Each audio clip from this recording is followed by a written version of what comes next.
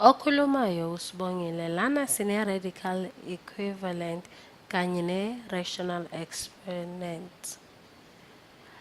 La sibalo esinike sona kwamele sibe i-radical expression. Ake senze isibonelo. La ngino-x to the power 1 ngaphansi kwa-2 kufana nokuthi impendulo yethu ngizothola square root sika x. Ake sibuyeleni esibalweni sethu. Lana ngino d no-4 d to the power 4 kanye no-1 ongaphansi kuka-2.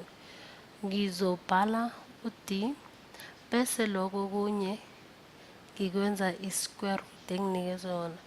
Ngizoba ne-square root no-4d to the power 4. La ngiguqulile njengesibonelo ngayenza i-square root.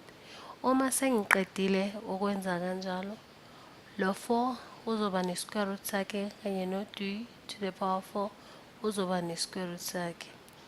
Sizothi d ngimphinda nge-square root saka 4 phinde nge-square root sika d to the power 4.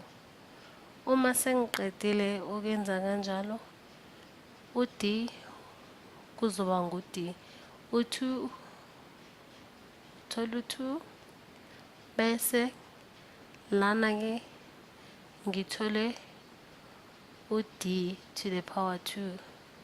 Angeke kube absolute value ngoba ngino square d square. Kube benginganalutho bekuzoba u-d we-absolute value. Ake ngiqhubeke. Impendulo la engizoyithola ngizohlanganisa lokho okufanayo u-d kanye nomunye u-d. Lokho bese inombolo ngiyibhala njalo.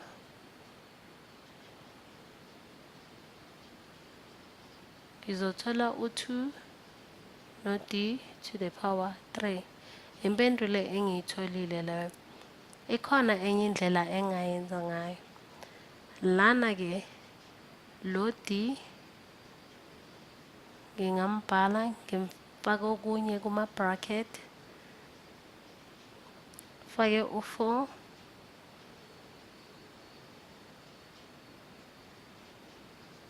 ngithathe u-4 lo phezulu ngimfake kuma-bracket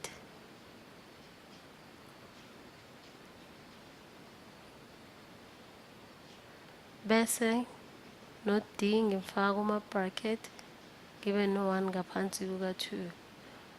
Uma kunjalo ke u-4 ngizothola u-2 bese lana ku-d to the power 4 ngizohamba ngenza isibonelo. Uma ngino-a to the power b to the power c, impendulo engizoyithola ngu-a to the power ngizokuhlanganisa lokho phezulu to the power b c.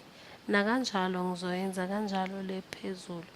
Lo d ngizothola impendulo yami d to the power 2 uma sengiqedile ukuyihlanganisa kanye nokuyihlukanisa.